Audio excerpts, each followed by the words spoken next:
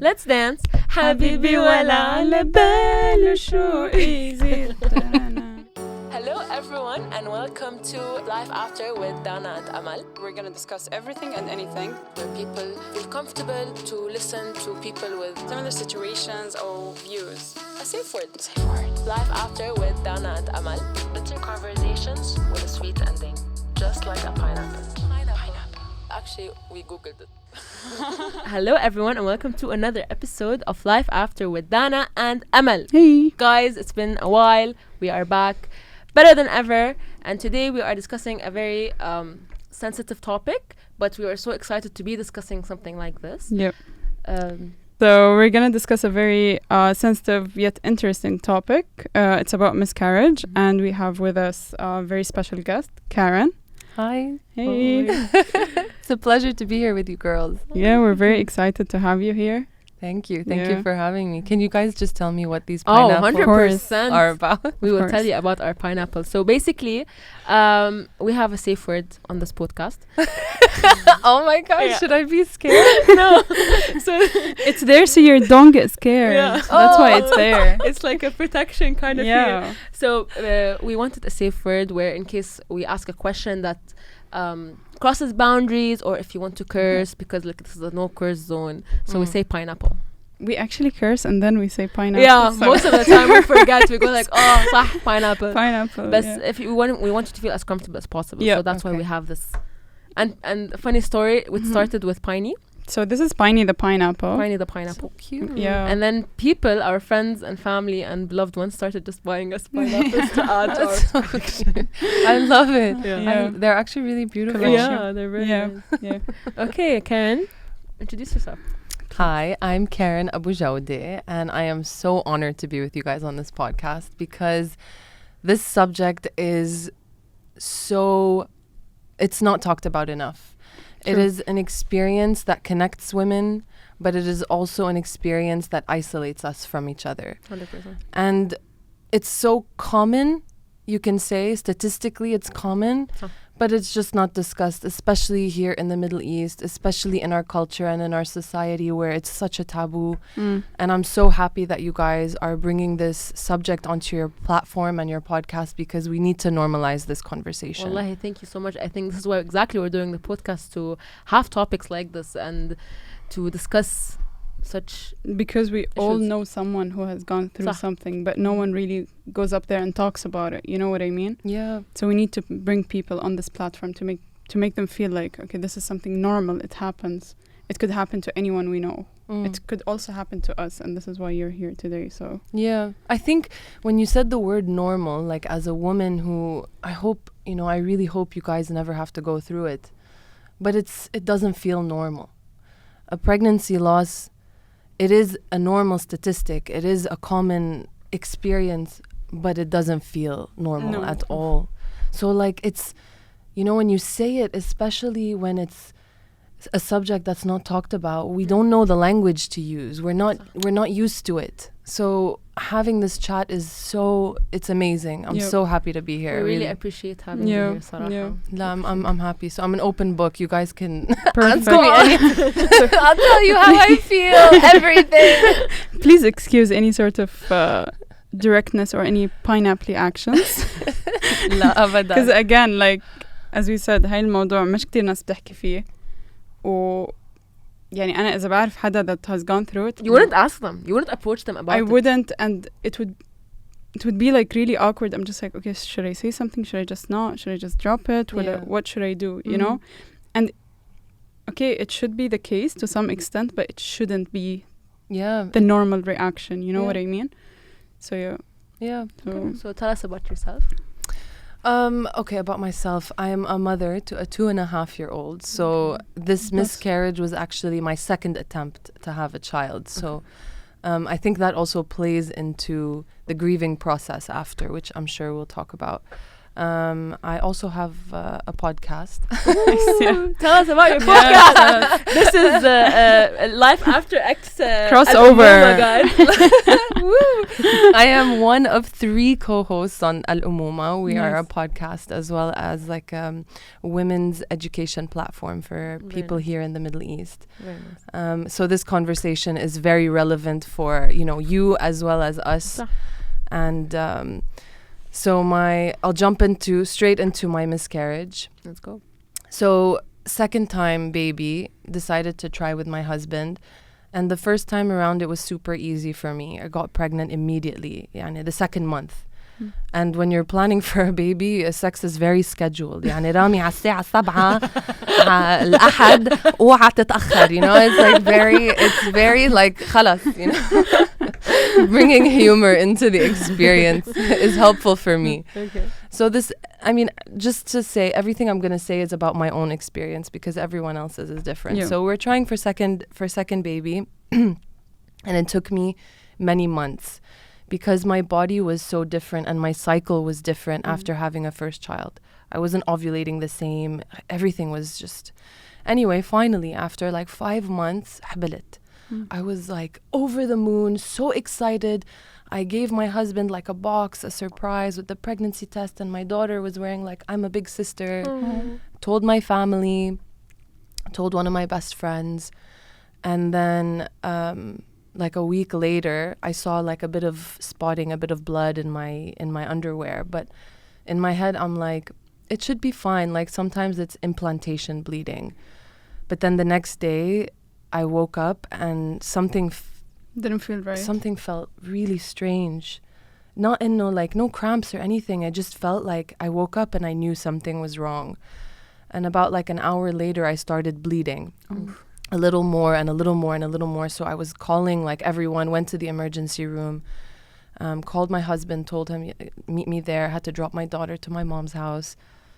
And you go to the hospital and I had a good experience because they you're first class if you're miscarrying or if you're pregnant, they just immediately get you to a doctor.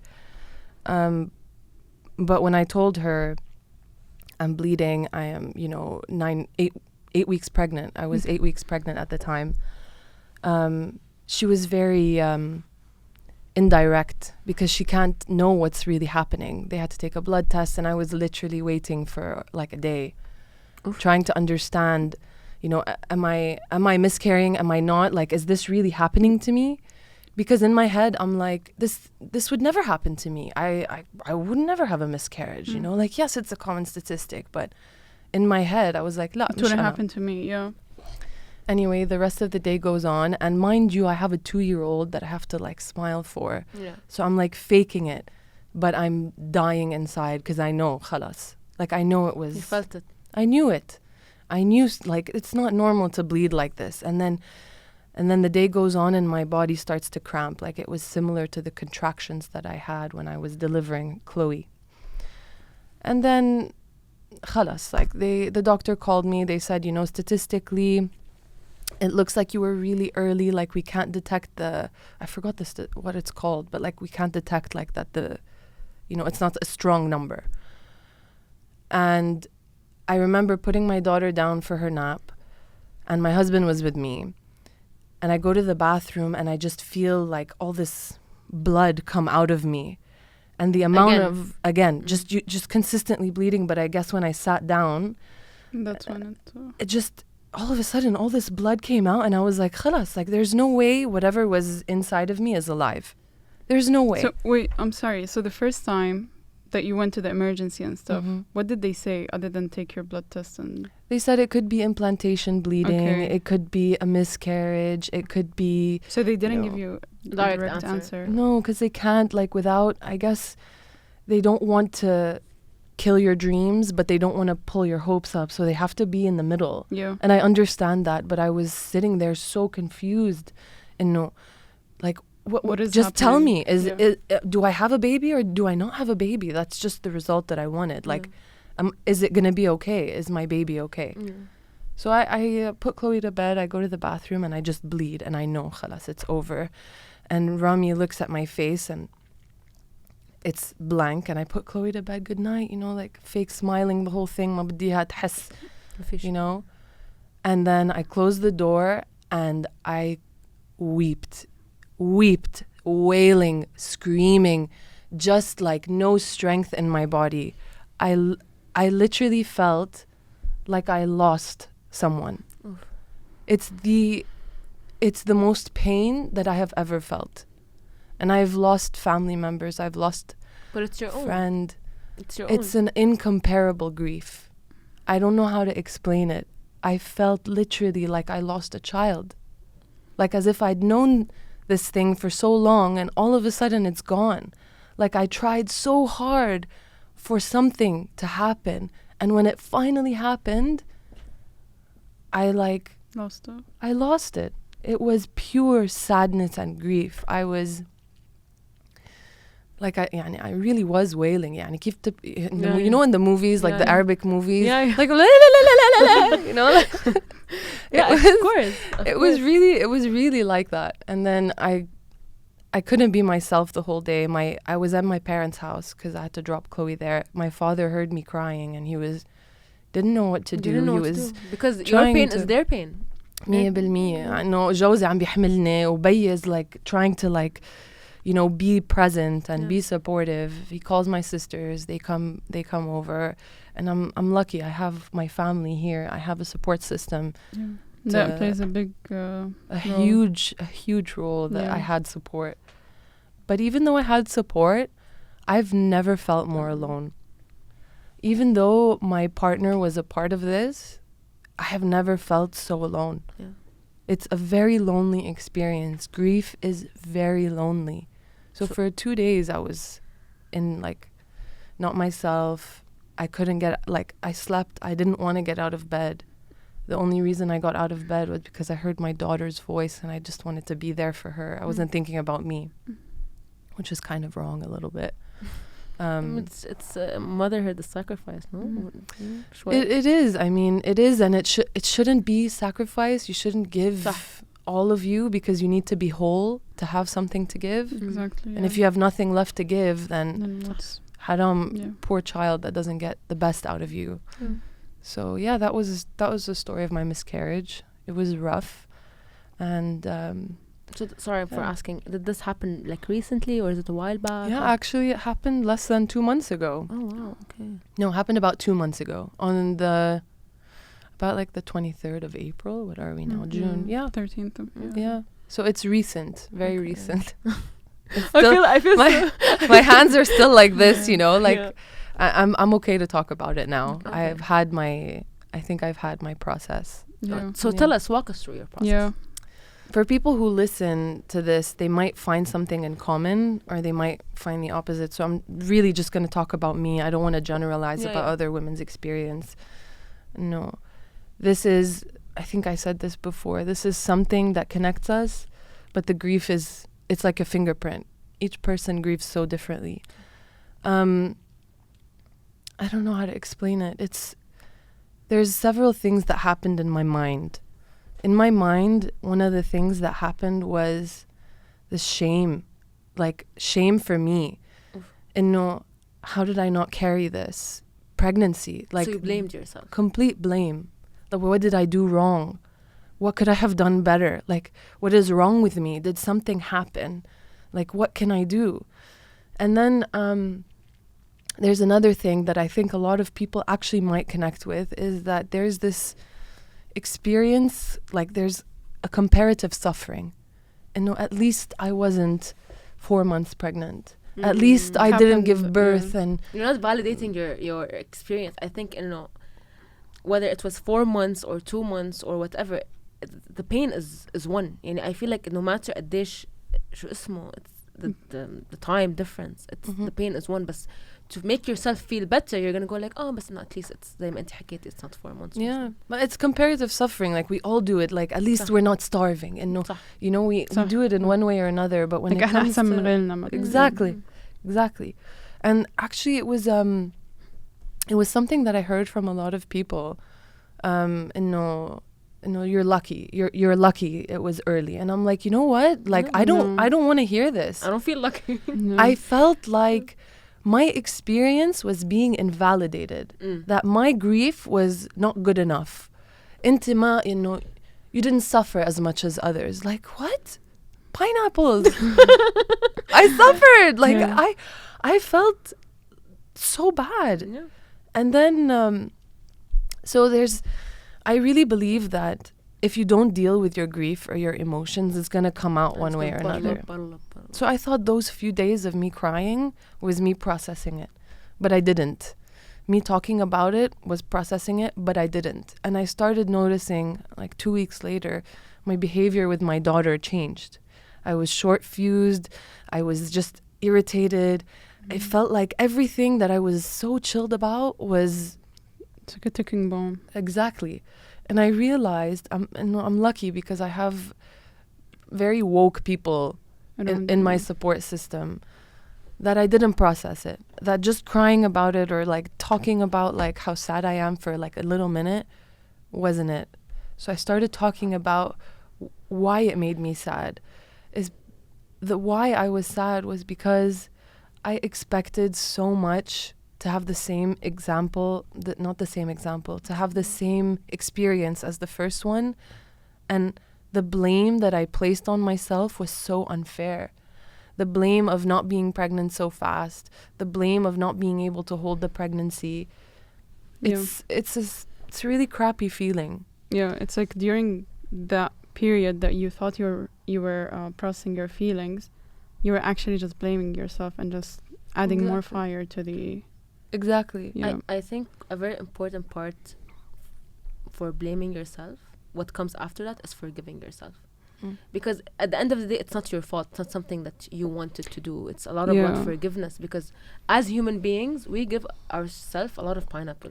Like in our daily lives. Yeah. If we take a wrong exit, if we send the wrong email, if I don't know what, we're harsh on ourselves as human beings. And I think this is something that's very hard to learn. But when it comes to, I think, and I don't know, like, I'm not a mom, I wouldn't know, but from my mom, مثلا, or in general, from the moms around me, I would say they suck up so much. They take so much in, and because they don't know how to let it out, فبتصفي الموضوع على حالي. 100%. Yeah. And with being because I'm a mother, I felt like I had to خلاص, get over it. I don't have time. I don't have time to process. I don't have time to do this. There are so many things to worry about. Yeah.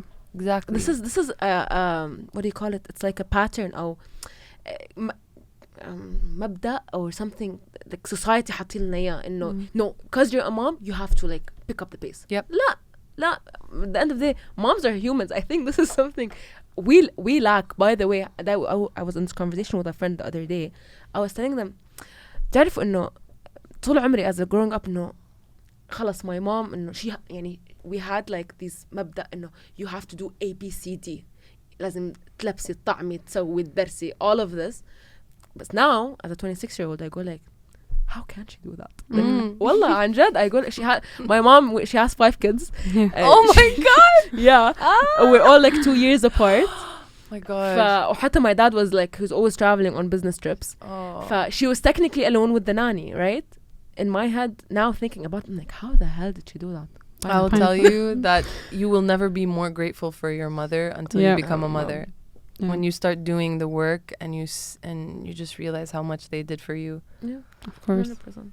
And just one thing I wanted to add, one thing that really helped me feel stronger was actually talking to people about it. Because a lot of people ask, like, Shoo, where's number 2? You know, like, where's... God. And you know what? It's like society asks, you know, like our culture is like, yalla, balshi, o khalsi, o yalla, la, la, la. She needs a sister, he needs a brother. Yeah, no, makana, you know, like I'm a machine, you know, just pushing children out of me. So when people would ask, I would tell them. It was like, I would tell them, you know, actually, I just had a miscarriage. A lot of people... How's the reaction? The older generation would be surprised. But the younger, they actually wouldn't dive deep into the subject. They would be like, okay, like, it's okay, and then something else would come up. It wasn't like Does it bother you? I don't know if it bothers me as much as it makes me sort of sad, because it made me realize how little emotional processing or introspection that our parents used to do. إنه ما بعرف أهلكم كيف، بس أهلي ربيوا بأيام الحرب بلبنان. It's survival. They're in constant state of survival, and a big part of that is being closed off to the emotions that they had to experience and process. True. Because they had to survive. The fight or flight in the brain is active and the emotion is inactive. So in the moment, maybe I was a bit angry because I wanted to be validated. I wanted to feel important, or Understood. that my experience had a value. But now, after I would say, quote unquote, healing from it, I'm able, just as much as I'm able to look in myself, I'm able to understand them. But the more that I talked about it, the less I felt that it was a secret. And I spoke about this on Umuma. When I kept it to myself, when I was keeping it in my grief, it was like this shadow that was growing. Because the more that I thought about it, the bigger it felt. And the less I talked about it, the stronger it got. But I don't know who it was to, but one day I just was like, blah. You know, I had a miscarriage, like, in your face, you know? Like, pineapples. And in the moment, I was like, whoa, but I felt stronger. Yeah, that's the outburst you needed. Yeah, I needed it, and I kept doing it. Not like, I have a sword in my hand, but like normalizing it. I had a miscarriage. I lost this pregnancy. I had a really pineapple-y pregnancy loss. And the more that I did it, the smaller the shadow got and the stronger that I felt. I empowered myself through that. That was my outlet. That was your way of validating the situation. Yeah, and helping myself heal. Yeah. Otherwise, I felt so stuck. I was alone. No one's gonna understand how I feel. جوزي ما رح يفهم. صح. أمي, maybe if she had miscarried, she would have. إخواتي شو ما عندهم أولاد. You know, some of my friends, they say the right thing. Some of my friends, they don't. So it's very lonely. And I felt alone. And I was alone in my anger, alone in my sadness. Yeah. So when I would say it out loud, I didn't feel shame. I didn't feel guilt. I didn't feel all the negative things that kept me alone. So it felt so good. It felt so good to say it, and it feels so good to talk about it on this podcast. Yeah. Yeah, God. it's quite nice to nice. No, nice is fine. Yeah, I but think- hearing it and Discussing it. I Yeah, feel like yeah. I remember my cousin, this was like 10 years ago. حتى less. I was like 11, 12, I don't remember, but I remember she came to our house to my mom and she was crying that she had a miscarriage, like I think same period, and she never talked about it again. And I remember she was like just crying, but I never understood. I knew, I knew that something happened. Like we knew she was pregnant and suddenly there is no baby, right? But as an 11-year-old, مش حفهم هالموضوع. yeah, miscarriage and stuff. هلا her kids, mashallah, she got 4 amazing babies. They're like the Cute. love of my life, all of them. But my cousin, he was saying the other day, he's like, I was supposed to have an older brother. Oh. So she said it. She told her kids, and no, I had a miscarriage, and you were supposed to have an older brother or sister, and I don't know what, and kaza. And I'm like, that's so cool. Like, and it's a, I don't know, it's a feeling that's like, ما بعرف هيك, and it makes them, it's valid. This, I know, like this baby was never born, but it was like, it's like like the older brother to the moms at least. Yeah. ما بعرف if it's a feeling. Yeah.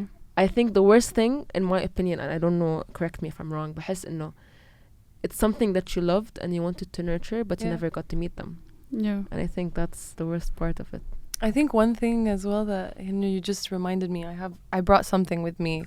One way of my processing this grief was, this box that I gave to my husband with like the pregnancy test, and I kept it because we had a conversation once with Dr. Ottilia Brown from Lighthouse Arabia, and she talked about honoring the loss, having some kind of way to honor your experience and honor this, this soul that came and left. So when I had this box, it was in my living room and I couldn't touch it. I didn't know what to do with it. I opened it one day and I look at the pregnancy test, and it fades away after a while. It goes from a plus and then it goes into a minus, and I'm like, oh, this is symbolic. Like I had my, it's negative, like I had the whole. So I decided to keep it as a way of honoring my loss. Yeah. But I brought it to show you guys Nice. because it's something that I keep now. And I'm not ashamed of it anymore. So proud of yourself. I am. Look, like I made this for my daughter. It says I'm going to be a big sister. Oh, that's cute. And then I have my pregnancy test here, and I have all like the paper. Yeah. And this is supposed to be the baby Oh. coming soon. And I'm not going to throw it away because I feel that, this soul, this baby will come back. I believe, spiritually that it wasn't the right time, that, everything and every soul has a choice, and maybe it wasn't the time for me, for my husband, or for this baby. So when the next baby comes, I've decided to do the same thing. But you're gonna keep this Yeah. for this one, and you're gonna make a new one for the other baby. Yes. 12. Yes. But I'm still gonna take a picture of this next to The baby. hopefully baby number 2, Hopefully, inshallah. because it was a huge learning experience Yeah. for me. It was a huge experience as a woman. Yeah. Yeah, and just keeping it makes me feel good. That's good. It's amazing. Yeah. Good for you. Wallah, you Yeah. should be very proud of yourself. Yeah. And this is such a, I don't know like how to explain it, but I feel like sometimes talking about the things we've lost, Yeah, it's hard. it's hard. Yeah, and I have a friend, maybe this is a bit off topic, but I'm just gonna say it for the sake of the conversation. She lost her dad like 5 years ago, and the other day we're in the office, she's like, this is the first time I speak about my dad, and she's like, till now I can't see pictures of him. Right? I'm like, yeah, but it's like been 5 years. Like, how are you?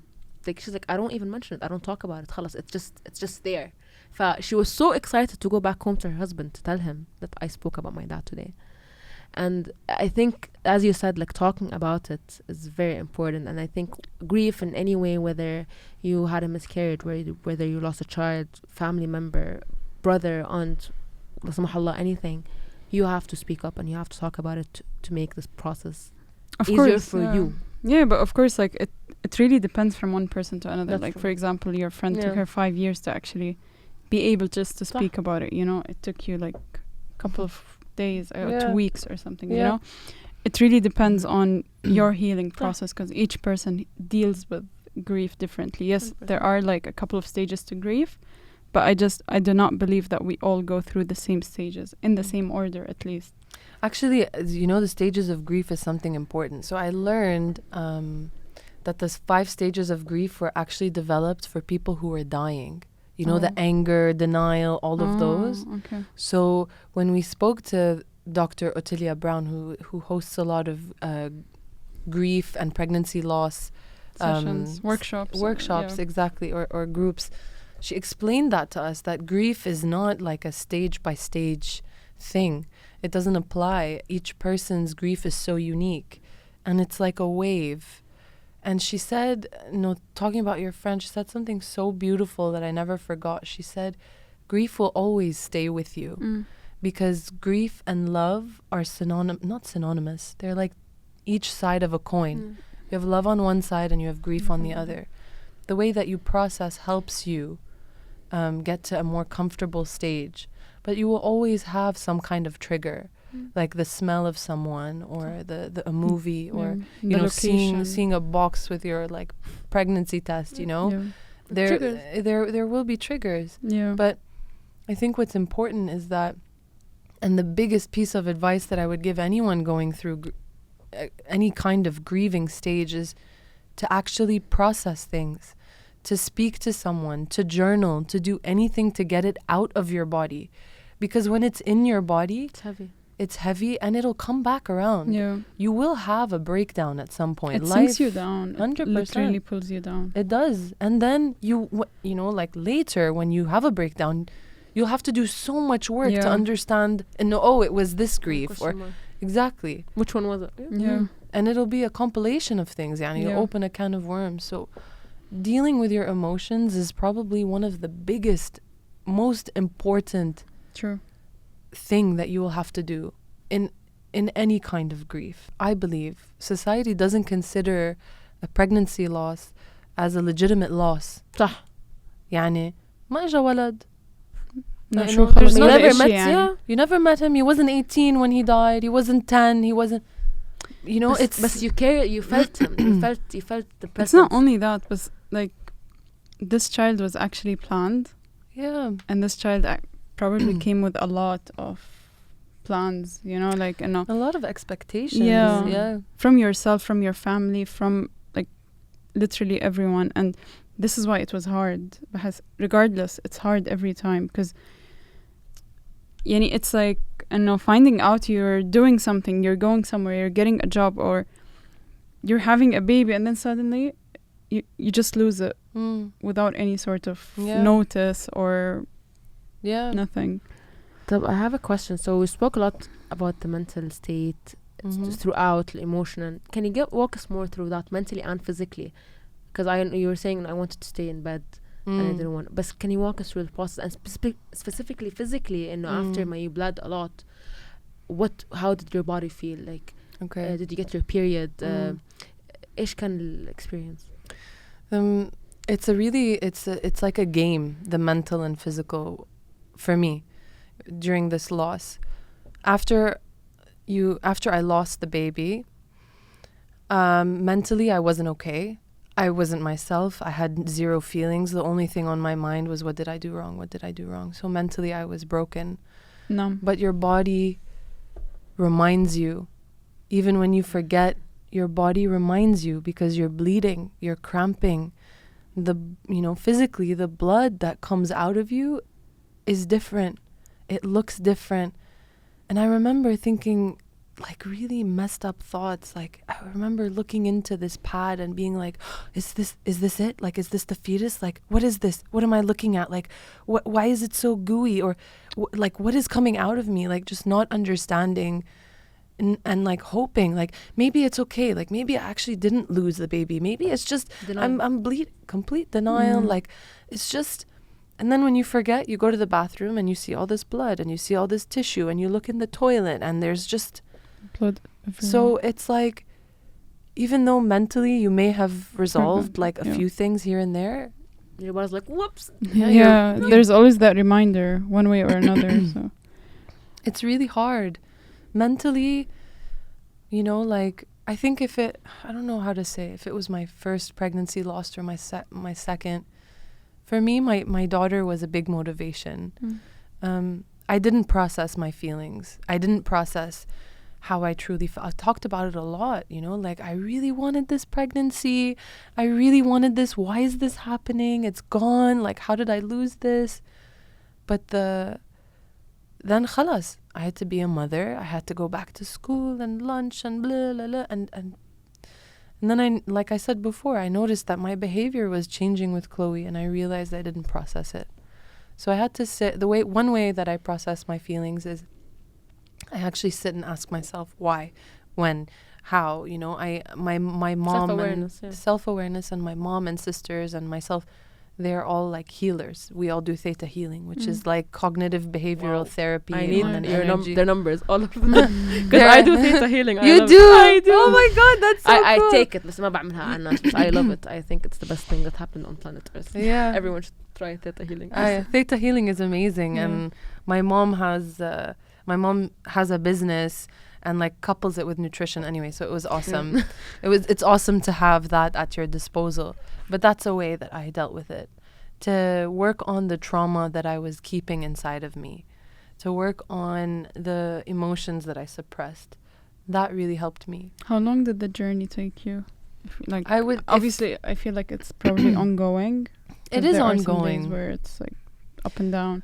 It is. I mean, it is like a wave. Right Yeah. now, I'm at like my grief is low. Like I can laugh and talk to you guys about it. But like a week ago, I felt a little more triggered about it. Because my husband and I wanted to try again, but I realized I don't want to I'm not try there yet. right now. Mm. I don't want to have this expectation. I don't want to feel like So you're scared. I'm scared. I have anxiety about it. Like I'm worried that like I will lose something again. I'm worried to feel that pain again.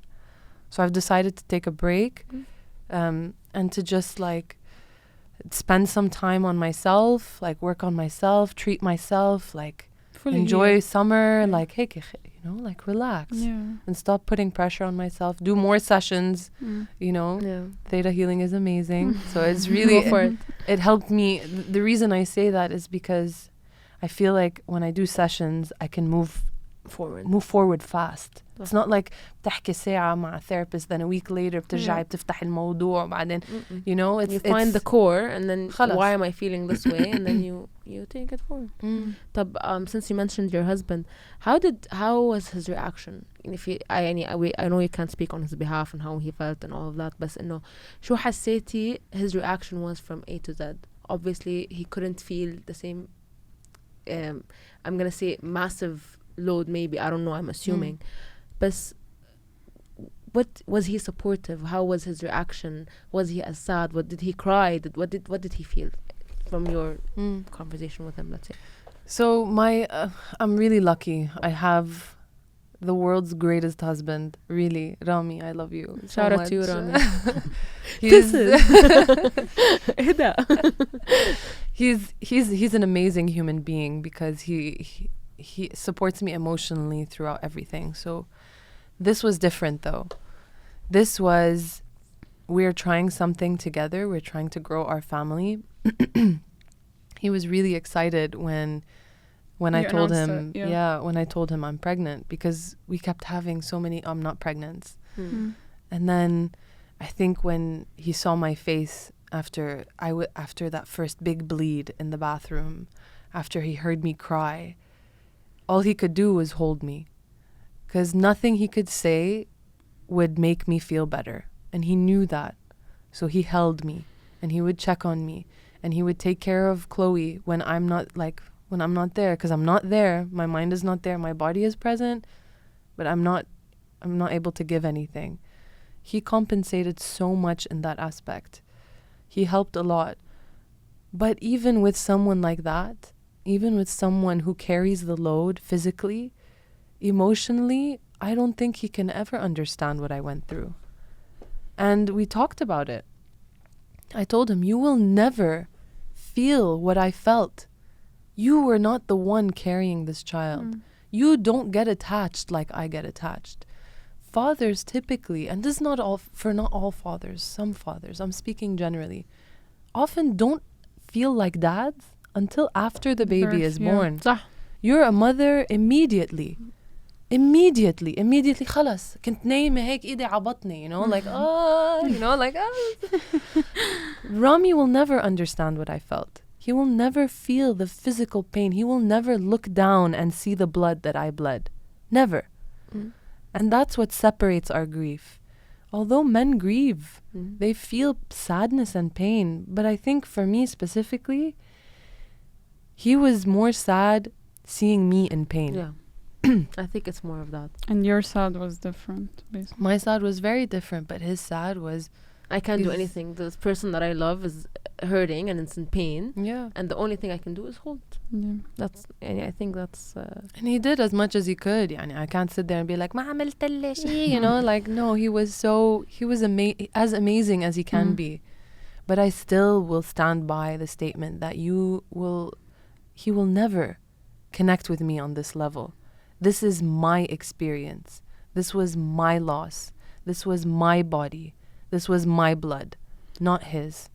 And that's what is different here. Yeah. I just have a question. Did he view it as a loss for him? I don't think so. No. I don't think he had time to process it as a pregnancy even. Okay. Because it was, come on, like, okay, it was 2 months, but to you, again, it's different. To him, it's like, okay, listen, احنا بالبداية, let's say. So, fish button, fish movements, fish كذا, fish visually I would say كvisual إنه yeah إنه كان في شيء بس it's still like a peanut or like a pea, you know. So. Yeah, maybe some people do, but Rami specifically, I don't think so. No, at least he's never described it to me like that. Maybe after this podcast he will. Yeah. I don't know. Maybe Let us know. Let us know. Come join the podcast. Talk about your dream. we'll look at it from his point of view now. But haram, I think for them as well, like it's shocking. يعني. But what if, again, I'm just thinking out loud. Please. Okay? What if like he's like, and you know what, like Giving you your space. yeah, like let her go through it and I'll just be there for her. Like let me be strong for her, for Chloe, for the family. Yeah, I think that he had to be that because Yeah. I wasn't. Yeah. He had to. I didn't give him a choice. I wasn't like tap in, tap out, you know. Yeah, let's take turns. I was broken, and when I'm broken, I needed him to show up for my family, for our family, for course. Chloe. So no, I didn't give him the opportunity in the beginning. You know, after now, you know, if you know, you're more than welcome to share your feelings. Habib Albi, come, tell me how you feel. Open up. Let's do a theta session. لا بس it's I don't know, for us it was different. يعني كمان يعني life is so busy. صح. I really don't think yeah. I don't think سجل انه شو اللي صار بالضبط. it happens so fast and then just the loss happens immediately. خلاص, there's nothing you can do. There's literally nothing you can do. It's not like you can put a band-aid and you know hope it stops. Like خلاص, it's over. Okay. And what about Chloe? Like how did she know? Or She like, knew. Yeah. She knew. She understands though. إنه 2 years and a half تحكي نفكر إنه عندي. Did you like sit her down, explain it to her? I think. Yeah. I think my daughter is very emotionally like wow. Like I find her. She's very good with her feelings and. So when Well, I think she's incredible, but I told her, you know, because I had her wear the T-shirt, come in, no, Chloe, you know, you're gonna be a big sister, and just put on this T-shirt because it says you're a big sister, and that's how she told Rami, and that's how she told you know my family. She contributed. To Yeah, me. she was a part of it. Yeah. She was a big part of it, and she was excited, you know. And she'd look at my tummy, she'd say, "Mommy, there's a baby inside." And I'd say, yes, there's a baby inside. You're excited. But I didn't talk about it too much. Just mentioned it here and there. No, I just wanted her to, you know, live her life. Yeah, not be too When focused the baby, when I lost the baby, Chloe asked me a few days after. It was weird because she had a few days of silence, like as if she knew. Because she would ask me every day, "Mommy, your tummy is big. You have a baby inside." And I'm like, what? I mean, okay. And then a few days later, she asked me again, "Mommy, do you have a baby in your tummy?" And I told her, you know, actually, Chloe, the baby came, but decided it's not time to stay. So the baby went back up, you know, طلعت لله, sitting in the light. And when it's time for the baby to come back, the baby will decide to come back. But I guess, you know, we just have to wait a little bit. it's beautifully put. Yeah. She said the same thing a few days ago. She broke my heart, which was almost, it would have been a trigger for me, but I was actually really good. She said, "Mommy, where's my sister? I'm all alone." I said, you know, like, what do you mean? She's like, "Where's my sister? I'm all alone here." And I said, "Remember, Chloe, we talked about it. The baby came and then the baby left and you're just gonna have to wait a little bit longer for a sister." She said, "Okay, Mommy, I'll wait a little bit longer." And I was like, okay. And in my head, I'm like, you are incredible. Kids are amazing. Yeah. I can't wait for, if you guys want to have kids, it's amazing. So when do you think, and I know now you said you're not ready and you want to take your time, when do you feel like, or let's say what will you let your fear of having or getting pregnant again stop you from having another baby? And how do you think you're going to overcome this fear? That's such a difficult question because I'm trying to imagine myself at that stage. I feel like I have fear and anxiety. I definitely do, if I'm being very honest. But I don't want to have that fear. I don't want fear to be in control of the decisions, or I don't want fear to be a factor in something that can be beautiful. And beautiful, like pregnancy, it was beautiful for me, but the loss was a big learning. I learned a lot from it. I learned a lot about myself. I've learned a lot about my family, my partner. But I am scared. I am scared. I'm scared to feel the pain that I felt. That pain is so strong. I'll never forget the way that I cried. I will never forget my heart feeling broken. So I don't know. That's why I want to take time.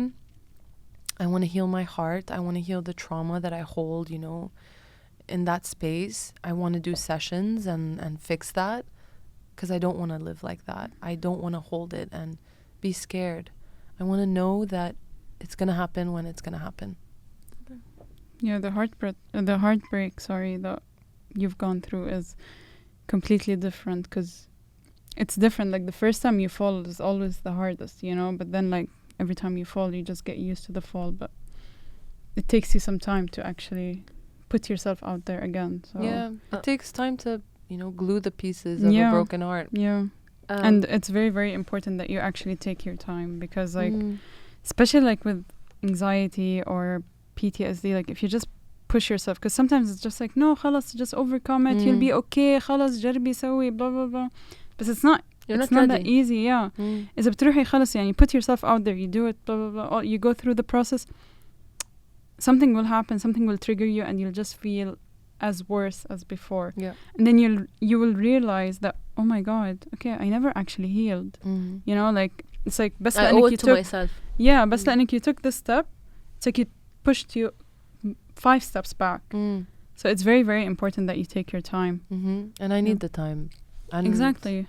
I'm excited. I'm excited for this time. Yeah, Not yeah. like إنه رامي الساعة 7. You know, like I need a بطلنا break الساعة from that. 7. He's like late from work. I'm like, sure, I'm ovulating. تعال هون.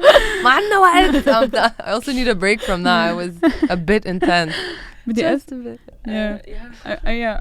I want to ask you, so have you visited the doctor after? Yes, definitely. If you don't mind me asking. I did. And like, what did you ask when you sat with the doctor? What did you ask? What did you What did you want to know? Because like when you were going through it, I'm pretty sure you didn't go to the hospital and go like, okay, so like, okay, bye. Yeah. You know, and from what I'm hearing, or as per your story, you're like, you were dealing with it at home. So the whole like process of the loss process, it was happening while you were at home. It wasn't that you were in the hospital bed and doctors were there, nurses were there. صح? Like صح. you've.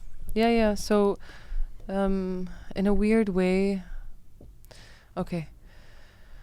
When I went to the doctors, when I was discharged from the emergency room and I bled, I knew it was happening. I went to the doctor the next day or the day after that, and I told her I'm bleeding. I was pregnant, and I'm bleeding, and I think I miscarried. Please, can you just, check and scan? So I went into the OBGYN, and she does the ultrasound, and she confirmed it. She was like, yeah, the uterus is here, like, look at this. And they check for any like residue tissue. They check, to make sure that things are coming out the way that they're supposed to, because sometimes, it needs to be a bit more invasive, where a doctor needs to get involved and surgically remove a lot of things. And this is where the comparative suffering also comes in, because in my head, I'm like, I'm lucky. I didn't because go through that. My body was doing the job itself, and I didn't have to go through the trauma of being, like surgically, or I thought something coming out. Yeah, I thought like all miscarriages would end up in a hospital. No. Yeah, in surgery or something. Because like depends how far along you are. Later, when you're closer to like the 3rd and 4th month, 4th I think, is when you'd need a bit more like medical attention, depending on how big the fetus, the baby got. But no, again, in my head, I'm like, I was lucky. But in my head, I'm like, how can I say I was lucky? Like, why are we all comparing? The end result is still the same, right? It is. It is. I'm guilty of that too, yani. Do you think having the experience, like instead of the hospital like you were mentioning in بالبيت, it's harder for you? The fact it happened in your house? I don't know. I really wouldn't know. I think no matter where, It's the same. it's the same, because everything else doesn't matter. It's just like you're looking down and you're just trying to understand what's happening, regardless of your environment. You know what's happening. Do you think when you try again, do you feel like you're gonna be extra cautious? That you're gonna be like, okay, I'm not gonna do this, I'm not gonna carry this, I'm gonna, did you think about like pause? I think now, with this anxiety that I have now, this unhealed anxiety, yes. This unhealed anxiety, I wouldn't want to get my hopes up. I don't want to hold on to anything. So even if I was pregnant, I want to right now disconnect it. Okay, ما بدي. I don't want to think about it. I don't want to talk about it. I just want to disconnect because I'm scared. But I feel like if I actually, and I don't want to eat the wrong things, you know what I mean? You're like, Isha. And then I feel like if I actually deal with this fear, when I deal with this fear, I'm not sure if I'll feel the same way. Because when fear is talking in your mind, when your anxiety's voice is so loud, you can't hear anything else. You can't see at the end of the tunnel. True. So right now, yes. But I hope it changes. I know it's going to change. I want to change it. What did your experience teach you? What did you learn? Oh my God. So much. I learned that I can't neglect the process of grief. I can't like summarize it or shortcut it or try and get over it. We are human. We are human because of our emotional experience. That's what makes us who we are. And the more that we don't deal with it like humans, the more robotic we are. And I don't want that. I want to deal with my feelings. I want to face them. I felt so strong when I had the courage to do it. There is no better feeling than lifting yourself up like that. That strength over a secret, that strength over something that was overpowering you. Society. I think society's main motive. مش main motive. What the society knows. I hate how what society standards dictate our way of living, including like this. No, it's a secret. No, ما تحكي إنه. And I'd imagine like ببلادنا, I would say more like I'm not gonna say here, and I'm not gonna say like my family or anything. But I'm assuming back in our home, there's still like, بس إن إذا صار إشي ما تحكي وإنه بصير عيب ومش حيحكوا الناس. But it's because it's very like uncomfortable. Very. And people don't like to be put in uncomfortable situations, يعني كيف يعني إنه هلا أنت حكيتيها in the beginning that when you were, if you told like an older generation about your miscarriage, they would just like, oh, okay, oh, you heard the bell? Yeah, let me get it. Then it's very uncomfortable for them, and they don't want to tackle that sort of topic. Mace once said something to me. Shout out to Mace. Mace مرة حكت لي, she's like, your parents only know what they do, what they only like they know. So again, I would say like whether it's how your parents react or anyone reacted, this is what they know. The older generation, they don't know. Okay, sit down, let's talk about it. مش عارفة شو. I think the way each generation is raised, I think this generation, if you were talking to Chloe, I think if it happened to my mom, la سمح الله, she had a miscarriage or whatever, she wouldn't have reacted this way. She's like, خلاص إنه زي ما we were saying earlier. I don't think she would have like sat us down and like, okay, اسمعي هيك صار, because that's what they know. They know إنه حرام, مش عارفة شو, and they suppress their feelings. مش عارفة. Yeah, society is a big factor. Our culture dictates a lot of our behavior in like social circumstances, like you said, عيب لا ما تحكي, وكمان إنه أول ما and when you first get pregnant, like people keep it a secret for 3 months because of this. Because in case بعدين nobody talks about it, and then she, the mother becomes, suppresses her feelings, and then it comes out like 6-7 years later when she has like a anxiety attack. Yani it's just an unhealthy thing. And I think that we need to normalize it in a very tasteful, sensitive way. In a way where we show up for each other and we don't try and solve the problem. مش إنه it's okay, you'll Just get listen. over it. It's that I'm here for you. This is really hard and I'm here for you. Talk to me. I'm here. That's all like, That's all you need. Yeah. That's all you want to hear. So yeah, you just want to know that you're not Yeah. alone. because like you don't want someone who understands, you just want someone who will be there. Because again, like we might have the same experience, but we won't feel it the same way. You know, like I might wake up and go like, oh, okay, خلاص, and another day, عادي, I'm feeling fine. But in your case, like you got attached, you know. But to have someone and go like, okay, I don't know what you've been through, but I'm here for you, makes a huge difference. And we're lucky because now there are so many outlets. Yeah. There is so many modalities, يعني therapy, communities. Including this one, That's guys. Yeah, That's exactly. a true feeling. Including this, you know, this podcast, this platform. Like, Yeah. there are so many ways to connect and to get it out. And the most important thing is not to keep it in. It's just to get it out of your body. 100%. 100%. طيب, what advice do you have to women who've been through this? Like Is- the after factor. Yeah. For anyone who has experienced pregnancy loss, anyone experiencing grief, my advice would be to talk, to get it out. And no, you're not going to heal on your own, like, and I mean on your cancel delete. You're not going to heal by keeping everything to yourself. This is, if it's really hard for you, then you need to get it out of your body and just release it. And however long it takes you, as long as you get there, that's the most important part, is that you get there. And you will get there, and you're not alone.